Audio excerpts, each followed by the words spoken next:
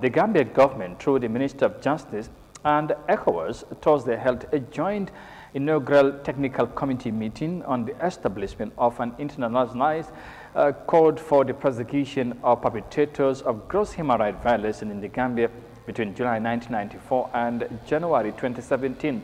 This comes following Gambia's Justice Minister's recent visit to the Ecowas Commission in Nigeria to seek assistance for the establishment of a hybrid court in the Gambia for the prosecution of serious crimes as recommended by the Truth, Reconciliation and Reparation Commission, TRRC.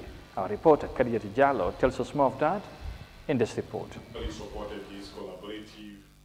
The Gambian government has been persistently criticized, especially by victims of human rights violations during the regime of exiled former President Yahya Jammeh for they described as a lack of political will to bring the perpetrators to book.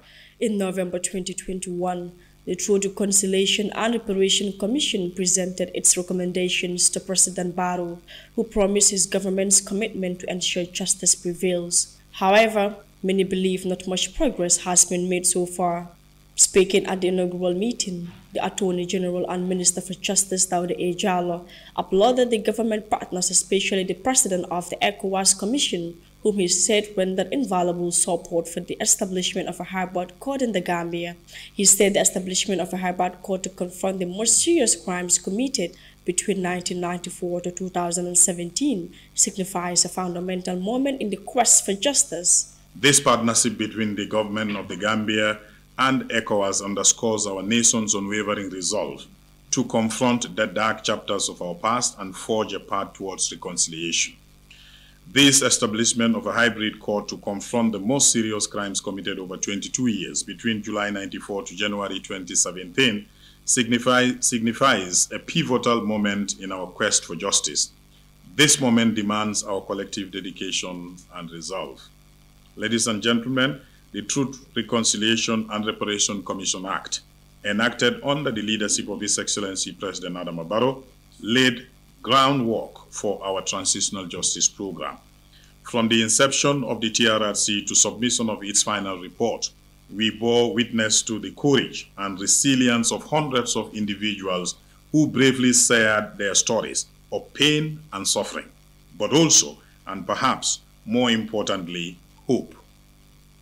In the words of Brian Stevenson, the only way to deal with the pain of injustice is to bring it into the light.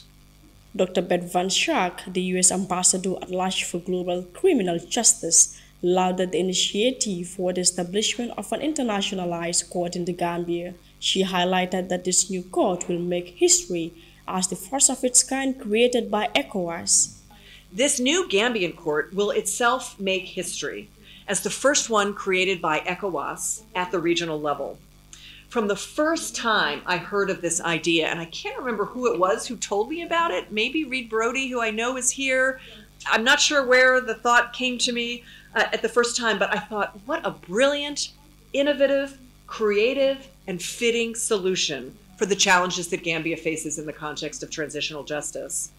Hybridizing this court with ECOWAS will ensure that it is created not only within the Gambian context, but with some regional assistance and is culturally suited to the West African region. Truly an African solution.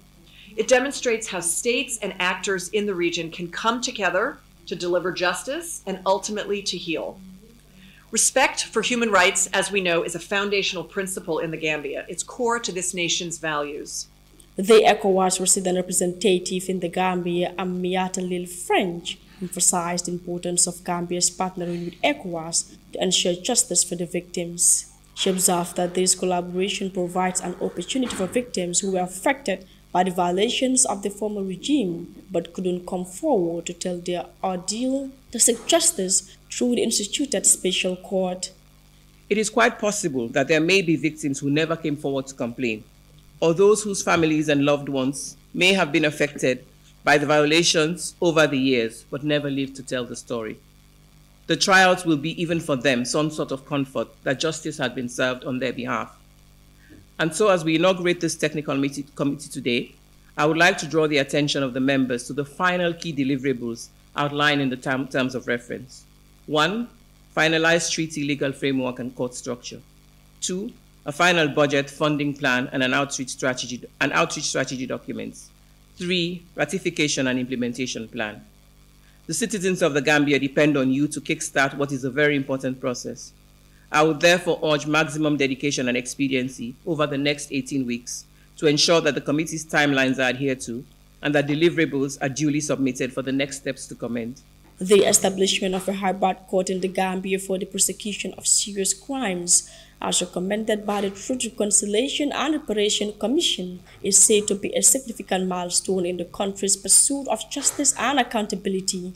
The formation of the high-bar court is also expected to play a crucial role in ensuring that those responsible for past human rights violations are held accountable. It provides an opportunity for victims to seek justice, promotes healing and reconciliation, and fosters a culture for respect for human rights in the Gambia. This development marks a positive step forward in the country's efforts to address the legacy of past atrocities and build a brighter future. Khadija Tujalo reporting for African News.